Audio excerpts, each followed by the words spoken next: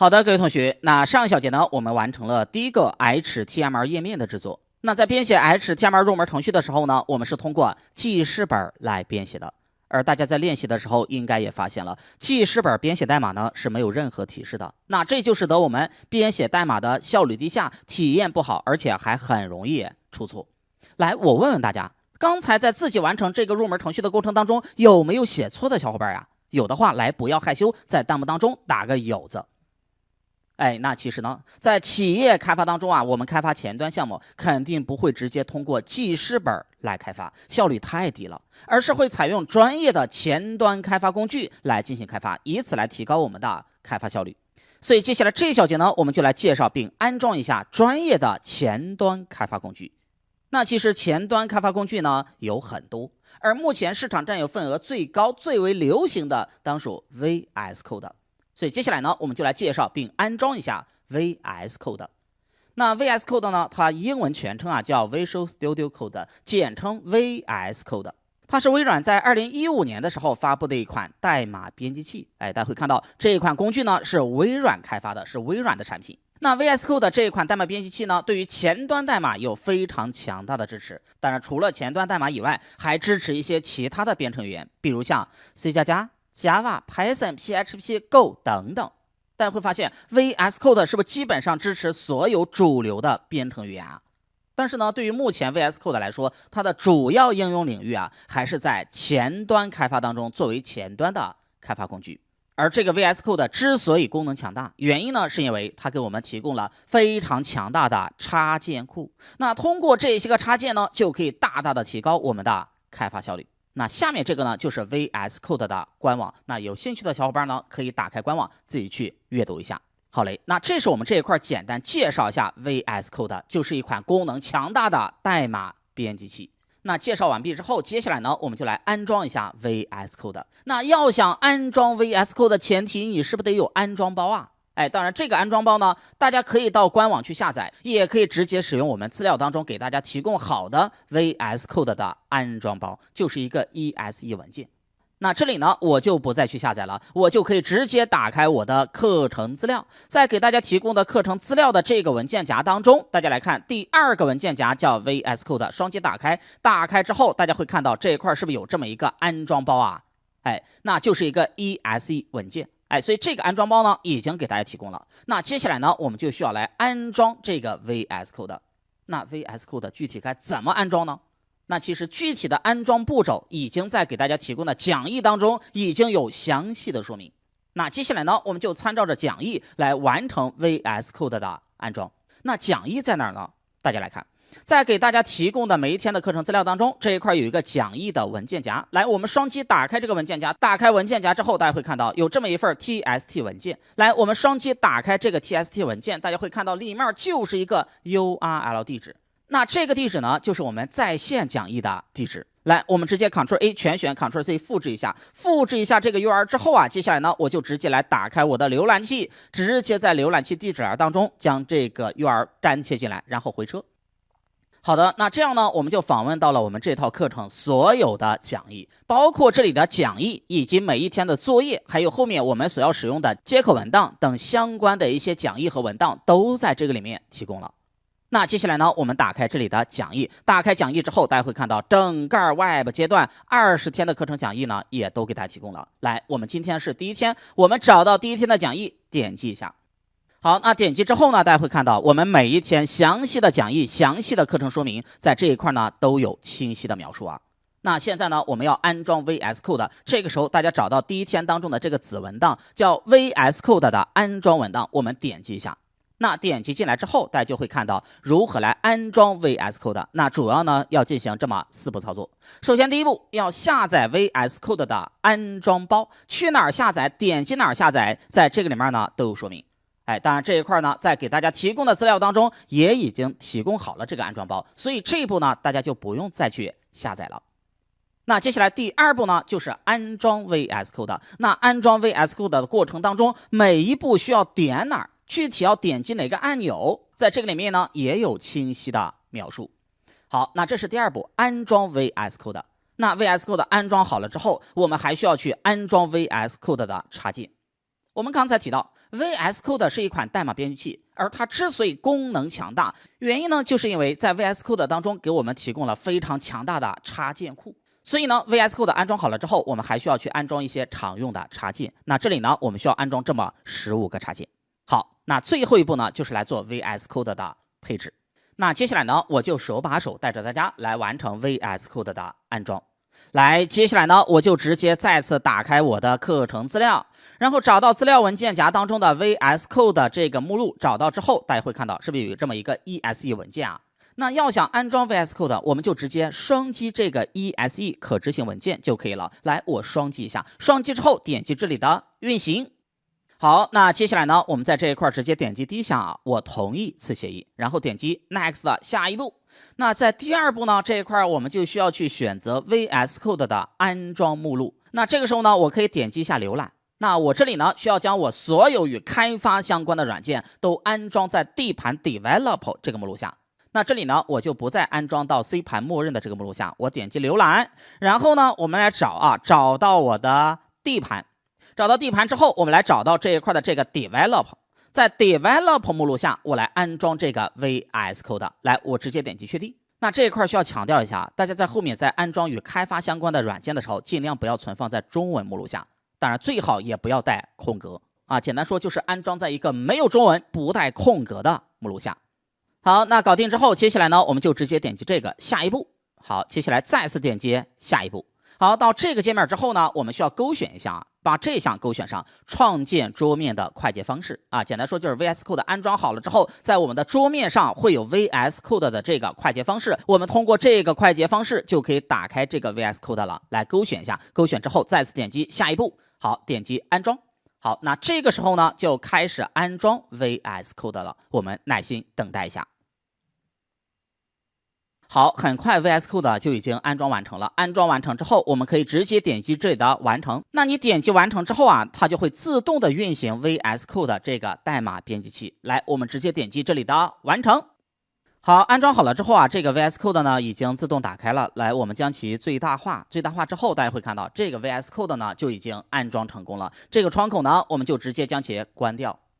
好，那这样呢，第二步操作就搞定了。那 VS Code 安装好了之后，接下来呢，我们就要来完成第三步，要安装 VS Code 当中的常用插件。那在进行前端项目开发时呢，我们需要安装这么15个常用的插件。那接下来呢，我们就来看一下这些插件该怎么安装。首先，我们来看第一个插件啊，第一个插件其实是中文语言包的插件。因为 VS Code 默认是英文的，那操作起来呢并不太方便，所以这个时候呢，我们可以安装一个中文的语言包插件。来看一下插件怎么安装。来，我们直接复制一下这个插件的名字，复制一下这个插件的名字之后啊，接下来呢，我们就可以在插件市场当中来搜索了，搜索之后就可以安装了。来复制一下之后，直接打开 VS Code， 打开 VS Code 之后，接下来大家点击这个位置，看这儿有一个叫扩展。来，我们点击一下。那点击之后呢，在这个位置我们就可以来搜索对应的插件了。好，我们直接将这个插件 Ctrl V 粘进来，将插件的名字粘贴进来。粘贴进来之后，大家来看这一块是不是有一个简体中文的一个语言包啊？哎，我们直接点击后面的 Install 就可以来安装这个插件了。来，我们直接点击 Install。好，那安装完毕之后，在右下角这个位置呢，会出现这么一个弹窗，这个里面有这么一个按钮啊，叫做 Change Language and Restart， 改变语言并重启。简单说就是现在就可以把语言改为简体中文了。来，我们点击一下，点击之后它就会重启 VS Code。那再次打开之后，大家来看，是不是就已经变成了简体中文的了？好，那这是我们所安装的第一个插件。接下来呢，我们点击这个扩展这个按钮，然后继续来安装第二个插件。大家来看，在这一块有一个已安装，就会显示出我们已经安装的插件。那接下来呢，按照相同的方式，我们再来安装第二个插件。来，我再次给大家演示一个啊。来，我打开我的浏览器，找到我们的在线讲义，找到第二个插件，叫 HTML CSS 啊，这个插件。来，我们直接将这个插件的名字 Ctrl C 复制一下，复制之后直接粘贴进来。那粘贴进来之后啊，大家会看到这一块有个标题啊，我将标题也复制进来了。来，我将标题删掉。好，其实呢就是第一个插件啊，就这个插件，我们直接点击后面的安装。那此时呢，它就会联网下载这个插件并完成安装。好，这就已经安装完成了。那接下来呢，大家再按照相同的方式再来安装后面的这13个插件就可以了。那这里呢，我就不再一个一个的去演示了，操作步骤呢都是一样的。好的，那大概经过了4、5分钟左右的时间呢，我已经将这15个插件已经安装完毕了。大家来看，已安装的插件这一块是不是显示15个啊？那这里呢强调一下，这15个插件所有的小伙伴都需要安装，否则呢，在我们的后面的课程当中，我们用到某一些功能的时候，大家会发现自己的 VS Code 好像没有这一块的功能，原因呢，就是因为你少安装了某一个插件。所以呢，大家在完成这个 VS Code 的安装的时候，这15个插件啊，一定要一个不落的完成安装。好嘞，那这样呢，第3步关于 VS Code 插件的安装呢，我们也就搞定了。那这里呢，我们一共安装了这么15个插件，而对于这15个插件来说呢，这里重点强调一下后面这3个插件。那大家来看第一个插件啊，叫做 Integer IDEA Key Bindings。那这个插件呢，通过名字我们大概也能看出来，它和 IDEA 是有一定的关系的。那其实我们安装了这个插件之后啊，那 VS Code 当中的快捷键和 IDEA 当中的快捷键呢就一致了。我们之前在 IDEA 当中如何注释代码，在 VS Code 当中就怎么注释代码。我们在 IDEA 当中如何删除一行，在 VS Code 当中就怎么来删除一行。它的快捷键现在和 IDEA 是一致的。那这样的话，大家会发现我们学习2种开发工具，但是只需要记1种开发工具的快捷键就可以了。然后紧接着后面这2个插件呢，都是 AI 助手的插件。一个叫做 Morse Code， 那这个呢是字节跳动旗下豆包提供的一个 AI 智能编程助手。那通过这个 AI 智能辅助工具呢，就可以帮我们完成代码的续写、代码的解释、单元测试的生成、问题的修复以及程序优化等功能，以此来提高我们的编码效率和代码质量。那这是字节跳动豆包旗下的智能编程助手。那还有一个插件呢，就是通义零码。那通义零码呢是阿里巴巴的产品，是一款基于阿里巴巴的通义大模型的 AI 智能编码助手。那它的功能呢，其实和上面这一块的字节跳动旗下的 Morse Code 呢是基本一致的。但这一类的 AI 智能助手呢比较多，那这里呢我们主要介绍这么2个，因为这2个呢目前市场占有份额比较高，而且呢功能也比较强大。好，那对于这2个 AI 助手具体该怎么使用，那稍后呢我们再来演示。好，那这是我们这一块所安装的这15个插件。那接下来呢，我们再来完成最后一步，就是关于 VS Code 的配置。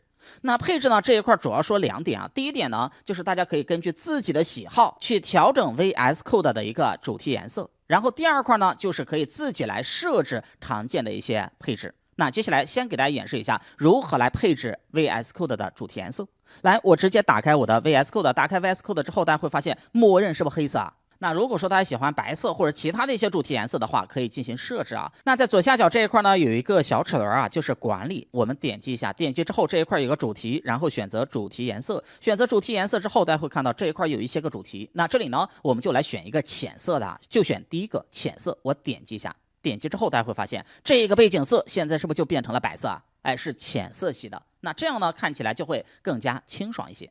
然后紧接着呢，我们也可以设置一下当前 VS Code 这一款编辑器它的行间距、它的字体大小、字体是什么样子的，这些都可以设置。那我们可以再次打开我们的在线讲义，大家来看，在给大家提供的在线讲义下面这一块呢，提供了这么一段配置。那这段配置呢，其实里面就配置了我们的行高是什么样子的，我们字体的大小，以及我们按 Tab 键缩进具体缩进几个字符，以及我们字体具体采用什么样的字体。那这一块呢，我都已经提供好了这一段常见的配置。那我们需要做的呢，就是将这一段常见的配置点击右上角的复制按钮，复制一下，然后配置到我们的 VS Code 当中就可以了。那接下来我就给大家演示一下怎么配置啊。当然在上面这一块也有说明，你看点击一下这个小齿轮，就是管理的这个按钮，然后点击一下设置，点击设置之后，点击右上角这里有一个叫做打开设置的按钮，然后呢就可以将我们刚才这段配置信息呢直接拷贝进去就可以了。来，我直接打开我的 VS Code， 然后找到这一块的这个管理的按钮，然后点击这个设置按钮，点击设置之后，接下来呢，我们再点击右上角这里有一个叫打开设置，我们点击一下，点击之后，我们就可以将这个里面原有的配置直接删掉，然后 Ctrl+V 直接将我们刚才复制的这一段配置直接拿进来，然后 Ctrl+S 记得保存一下，在 VS Code 当中默认并没有自动保存。那大家会看到，如果这个文件没有保存，在上面这一块会有一个黑点，这个时候我们按下 Ctrl+S， 按下 Ctrl+S 之后保存了。那保存之后，大家会发现，在这个编辑器当中，这个字体以及字体的大小以及行间距是不是都变过来了？那这个里面配置的这些信息每一项都代表什么意思呢？其实这个时候大家如果感兴趣的话，你可以把鼠标放在这每一项上面，都有具体的说明。大家来看，那比如我放在这个上面，你看这一块就指定控制字体的大小，再往下走这一块就是来控制行高，再往下走就是来控制一个制表符等于几个空格数。你看我们鼠标悬浮在上面这一块是不是都有对应的说明啊？那这个呢我就不再一个一个的去看了，大家直接复制进来就 OK 了。好嘞，那到此呢，关于 VS Code 的安装以及 VS Code 当中插件的安装以及基本配置呢，我们就搞定了。那搞定之后，接下来呢，我们就来介绍一下那 VS Code 这款工具具体该怎么使用。好，那这个时候呢，我们可以点击左上角这一块有一个叫做资源管理器，点击一下。那打开资源管理器之后，大家会看到这一块是不是有2个按钮啊？一个是打开文件夹，一个是克隆仓库。那打开文件夹呢，就是打开我们电脑上的一个工作目录。那克隆仓库呢，这个其实是和我们后面所讲解的一个版本控制工具是相关系的，叫 Git。那这个呢，我们在后面项目当中会讲到。那这里呢，我们就选择第一个打开文件夹。那这个时候我们就可以指定我们要打开的是哪一个工作目录。那我们就打开我们刚才入门程序的这个目录在桌面当中有这么一个目录叫 HTML CSS， 来点击选择文件夹。好，此时呢就打开了 HTML CSS 这个目录。然后这一块问我们是否信任这个文件的作者当然是信任了。来点击是，我信任此作者。好，那这样呢，这个工作目录我们就打开了。那打开之后呢，将欢迎页面直接关掉。关掉之后，大家来看，我们刚才在入门程序当中是不是定义了这么一个 HTML 文件我们可以点击一下这个文件，在右侧这一块呢，就会展示出这个文件的内容，其实就是文件的编辑区域，我们就可以来编辑这个文件了。那接下来我们就来看一下，那在 VS Code 当中，我们如何再来创建一个新的 HTML 文件？来看一下怎么做那大家来看我们可以点击这个后面这一块有一个按钮叫新建文件，第二个按钮叫新建文件夹。你是新建一个文件还是新建一个文件夹呀？那我们要新建的是一个文件，所以点击第一个按钮，点击一下，点击之后在这个位置就要输入这个文件的文件名。来，这个文件名呢，我们也叫02 HTML 这一块也叫快速入门。那这个快速入门呢，我们就要基于 VS Code 来操作了。来，我们直接回车。好，那这个文件创建好了之后呢，光标在右侧闪动那接下来呢，我们就需要在右侧的这个编辑器当中来输入这个 HTML 页面的内容了。那首先要定义的是不是结构标签那结构标签最外层的是什么标签最外层的标签叫 HTML。接下来我们在这一块定一个 HTML 标签。但是大家会发现，当我编写了这个开始标签之后，结束标签是不是自动补全了？那接下来呢，在这个 HTML 标签当中，我们就需要再来定义2个子标签。一个子标签呢叫 head， 你会发现，当我定义完开始标签、结束标签，是不是自动补全？再来定一个子标签，这个子标签呢叫 body。这样的话，大家会发现结构标签是不是很快定义好了？但是大家在想，对于一个 HTML 文件来说，这个结构标签是不是固定的？任何 HTML 页面，我们都需要去定义这个结构标签。所以呢，在 VS Code 当中就给我们提供了简化操作方式，这些结构标签我们都不用再输入了，直接输入一个叹号，然后直接回车。好，这个时候所有的结构标签都有了。大家来看，最外层的 HTML， 这是不是结构标签最外层的一个标签？然后 HTML 当中有2个子标签，一个是 head， 一个是 body。你会发现，我们只需要输入一个叹号，所有的结构标签是不是全部都生成了？那这就是基于专业的开发工具，就可以大大的提高我们的开发效率。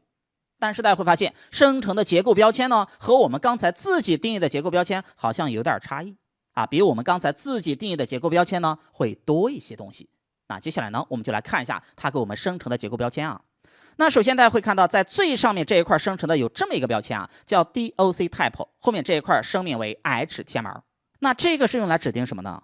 那这其实是用来声明当前这个文档的类型，什么类型是 HTML 类型那这是给浏览器看的。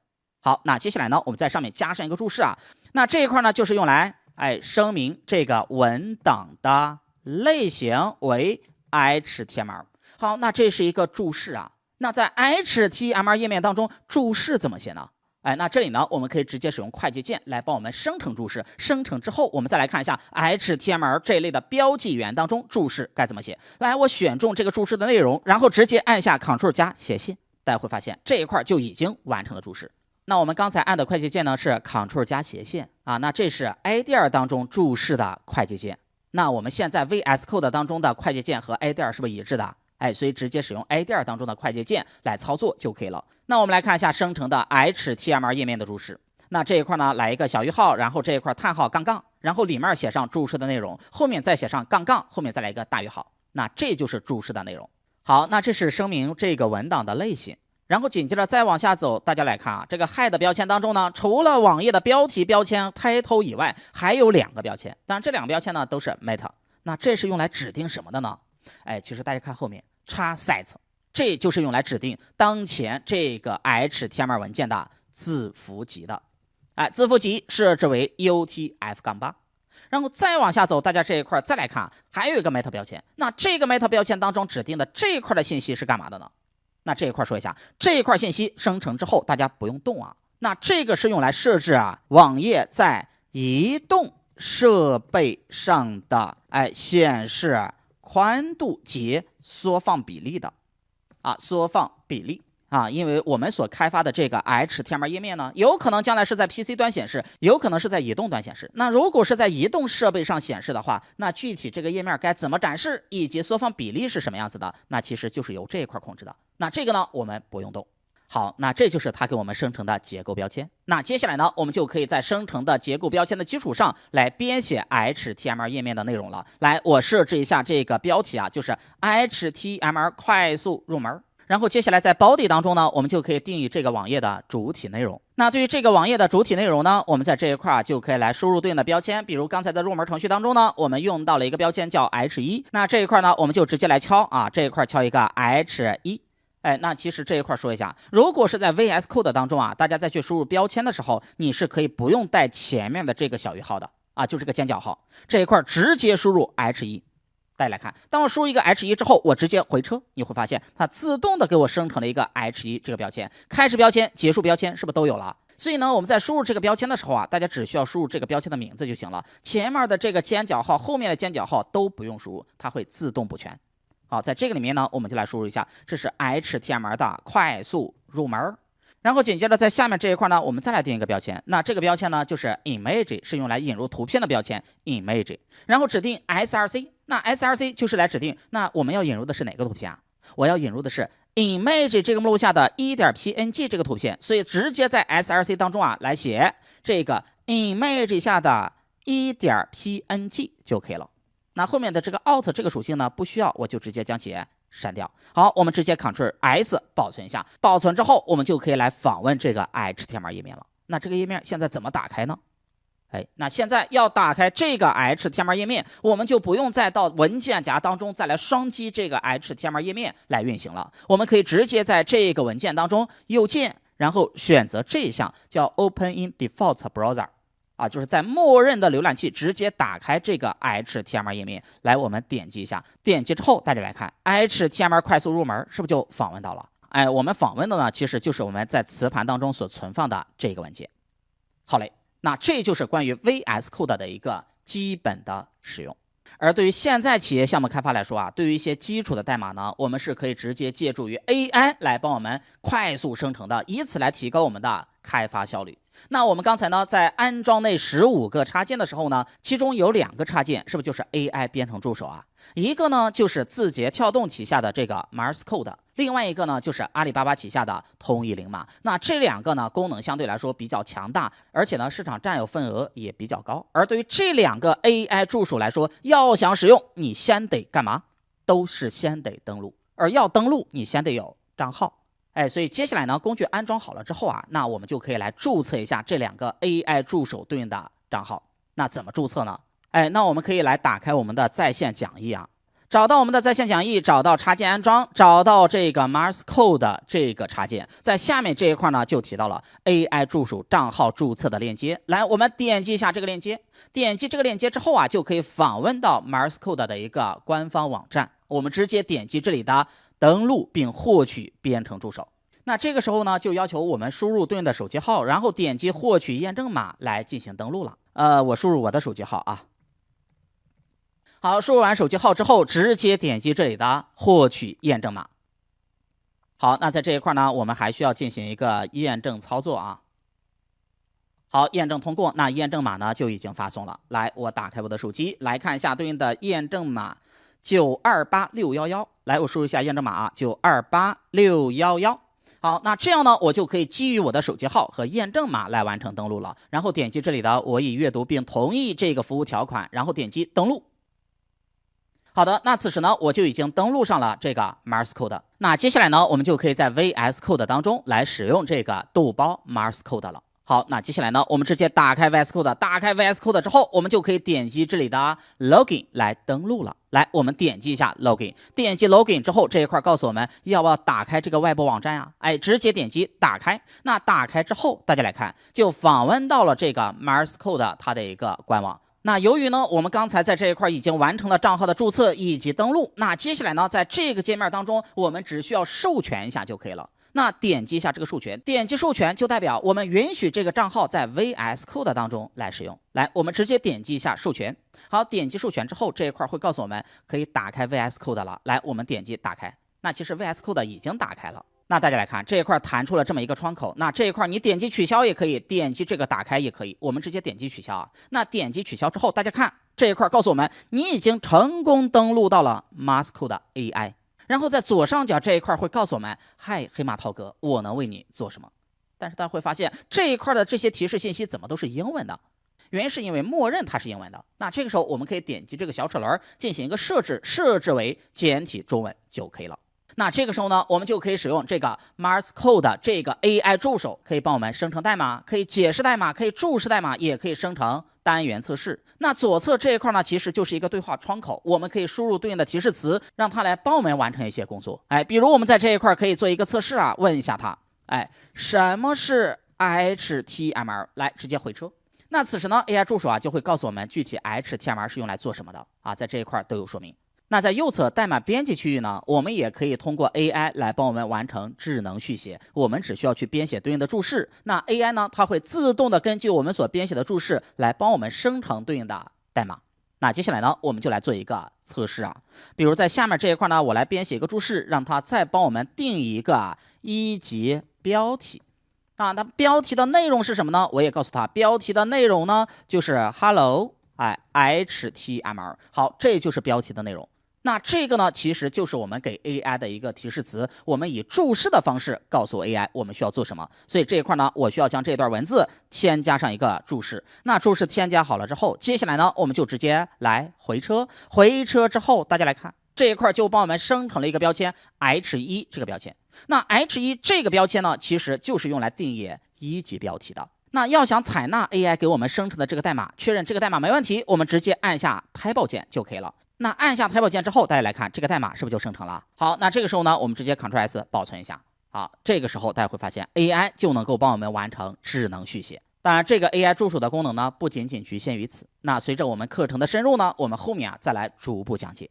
好，那这是我们在这一块准备了一下 Morse Code 它的账号啊。那接下来呢，我们再来说一下通义零码。那通义零码和 Morse Code 这两个 AI 助手，它的功能呢是类似的，我们只需要选择其中的一个就可以了。那如果我们要测试一下这个通义零码，我们就可以将这个 Morse Code 这个账号呢退出登录啊，来登录上通义零码的账号就可以了。那退出登录之后，那这一块呢它就不会再有智能提示了。来，我们直接点击这一块，大家看这一块有个账户，点击这里的注销就可以了。点击注销，好，此时呢我就退出了 Morse Code 的登录啊，就已经退出了。那接下来呢，我们就直接点击通义零码。那要想使用通义零码，是不是也得登录啊？那这个时候呢，大家就需要去注册阿里云的账号。那阿里云账号怎么注册？注册链接是什么？在给大家提供的讲义当中也有，直接点击一下就会进入到注册页面。那在这里呢，我们就需要去输入手机号，输入验证码，然后完成注册。完成注册之后，接下来呢，我们就可以点击这里的立即登录。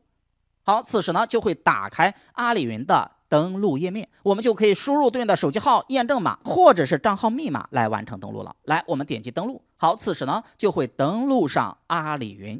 那登录完成之后呢，我们就可以再次回到 VS Code 当中。那接下来呢，我们就可以使用通义零码了。大家来看这一块，只要能够显示出我们的账号，那就说明登录成功。那接下来在右侧这一块呢，我们就可以来编写提示，让 AI 来帮我们生成对应的代码，从而完成智能续写。比如我这一块告诉通义零码，你要帮我定一个图片定义的图片是什么呢？图片的路径是什么呢？我要访问的就是 image 下的 1.png 这张图片。好，这个时候我直接在这一块添加这么一个注释，添加完了这么一个注释之后，我直接回车。那此时呢，投影灵码就会帮我们生成对应的标签。你看 image 标签是不是就生成好了？那接下来呢，我们就直接来一个 Ctrl+S 保存一下，保存之后，我们右键再次打开这个页面，打开页面之后，大家来看这一块这个图片是不是也就引入成功了？好嘞，那这就是我们这一块所讲解的关于 AI 助手账号的准备。好的，那到此呢，关于 VS Code 的安装以及基本使用，以及关于前期 AI 账号的准备呢，我们就已经搞定了。那搞定之后，最后呢，我们再回到 PPT 再来做一个简单的小结。那么这一小节呢，我们主要讲解了关于 VS Code 的安装以及基本使用。那 VS Code 呢，大家安装好了之后，记得一定要去安装那15个插件，因为这些插件呢，是我们在进行前端项目开发时所必备的一些插件。而这里呢，涉及到2个注意事项，需要强调一下。第一个注意事项，我们以后所安装的所有软件，尽量安装在一个没有中文、不带空格的目录下。然后第二个注意事项呢，就是由于我们在 VS Code 当中已经安装了 IDEA 快捷键的映射插件，所以呢，大家在使用 VS Code 的时候，它的快捷键和我们之前所学习的 IDEA 这款开发工具的快捷键是一致的。好的，那这是我们这小节所讲解的 VS Code 的安装。那接下来呢，大家赶紧打开自己的课程资料以及在线讲义，完成 VS Code 的安装以及配置，并且呢，完成对应的账号注册。然后账号注册好了之后呢，还要测试一下 AI 助手是否可以正常使用。